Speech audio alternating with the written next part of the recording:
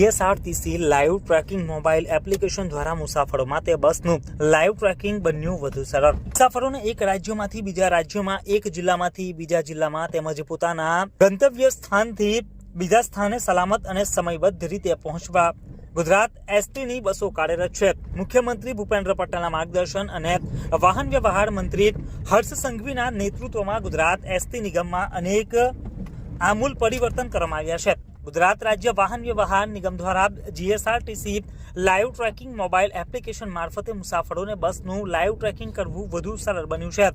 આજે ગુજરાતની 8,000થી વધુ બસોમાં લાઈવ ટ્રેકિંગ સિસ્ટમ કાર્યરત છે, જેનો ગુજરાતના 7.5 લાખ કરતાં વધુ મુસાફરો ઉપયોગ કરી રહ્યા છે, તેમ ગુજરાત રાજ્ય માર્ગ વાહન વ્યવહાર નિગમની યાદીમાં જણાવાયું છે। જીએસઆરટીસી લાઈવ ટ્રેકિંગ મોબાઈલ એપ્લિકેશનમાં મુસાફરો બસ નંબર અથવા પીએનઆર નંબરની મદદથી બસનું લાઈવ લોકેશન જોઈ શકે છે।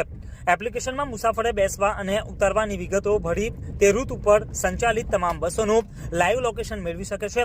મહિલા અને વયોવૃદ્ધ મુસાફર એકલા મુસાફરી કરતા હોય તેવા સમયે ઘરના સભ્યો દ્વારા બસનું લાઈવ લોકેશન ટ્રેક કરી બસનો પહોંચવાનો સમય જાણી શકે છે।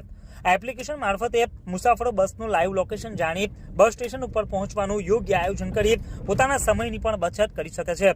બસોમાં મુસાફરી કરતા મુસાફરોને બસનું લાઈવ લોકેશન મળી રહે તેમજ પરિવહન વ્યવસ્થાને વધુ અસરકારક બનાવવા માટે જીએસઆરટીસી દ્વારા જીએસઆરટીસી લાઈવ ટ્રેકિંગ એન્ડ્રોઈડ અને iOS મોબાઈલ એપ્લિકેશન મુસાફરોની સેવામાં કાર્યરત છે, જેમાં 7.19 લાખ મુસાફરો જીએસઆરટીસી લાઈવ એન્ડ્રોઈડ એપ્લિકેશન તેમજ 41,000થી વધુ મુસાફરો દ્વારા જીએસઆરટીસી લાઈવ iOS એપ્લિકેશનનો ઉપયોગ કરી રહ્યા છે, તેમ ગુજરાત રાજ્ય માર્ગ વાહન વ્યવહાર નિગમની યાદીમાં જણાવાયું છે।